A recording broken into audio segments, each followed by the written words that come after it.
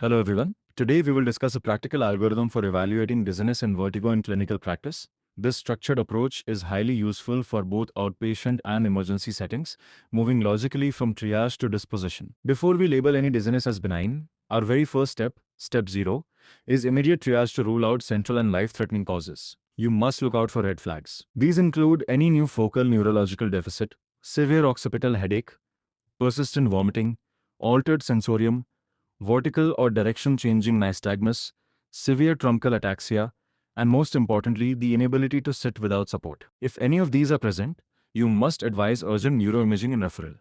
Moving to step 1, we classify the symptom. Ask the patient, what exactly do you mean by dizziness? We need to categorize this into one of 4 domains. Is it a spinning or rotational sensation? Then it is true vertigo, localizing to the vestibular system. Is it a fainting or blackout sensation? That is pre-syncope, pointing towards cardiovascular issues. Is it an imbalance or unsteadiness? That is disequilibrium, involving the cerebellar or sensory system or is it a vague, floating feeling? That is usually non-specific and may be functional or related to anxiety.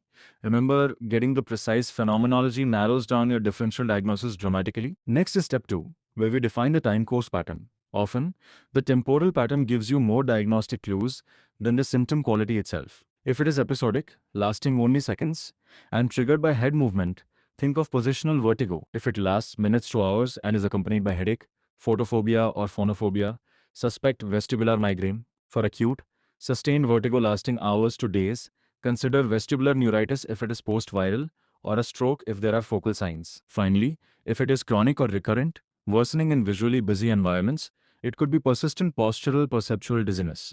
If associated with tachycardia upon standing, consider orthostatic intolerance. Step 3 focuses on the true vertigo pathway. If the patient has a spinning sensation, we must distinguish between peripheral and central causes. For peripheral vestibular causes, clinical clues include horizontal unidirectional nystagmus, worsening with head movement, and severe nausea, but with no focal neurological deficits. These patients can usually stand with some support. Common diagnoses include BPPV, vestibular neuritis, and labyrinthitis. Here, you should perform the Dix-Hallpike maneuver and the head impulse test. On the other hand, for central vertigo, watch out for the inability to sit or stand independently. A normal head impulse test, vertical or bidirectional nystagmus, cranial nerve deficits, or dysarthria.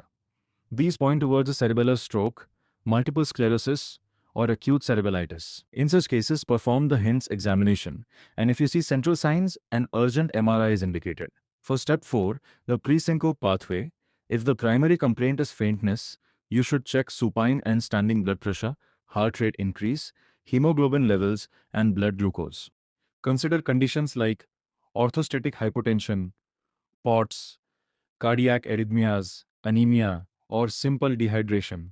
If the patient has imbalance without spinning, we move to step 5, the disequilibrium pathway. Examine their Romberg sign, tandem gait, heel shin test, and joint position sense. A wide-based gait suggests a cerebellar lesion, whereas worsening with eyes closed points to sensory ataxia. If you observe a dramatic sway but the patient does not actually fall, it might be functional. Finally, step 6 is our practical decision tree.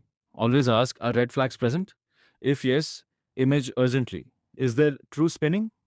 Differentiate peripheral from central. Is it a fainting sensation? Do an orthostatic evaluation. Imbalance without vertigo? Differentiate cerebral from sensory. To conclude, please remember this core clinical principle. If the patient cannot sit without support, you must treat it as a central pathology until proven otherwise. Peripheral vertigo patients may be extremely uncomfortable, but they typically maintain their posture.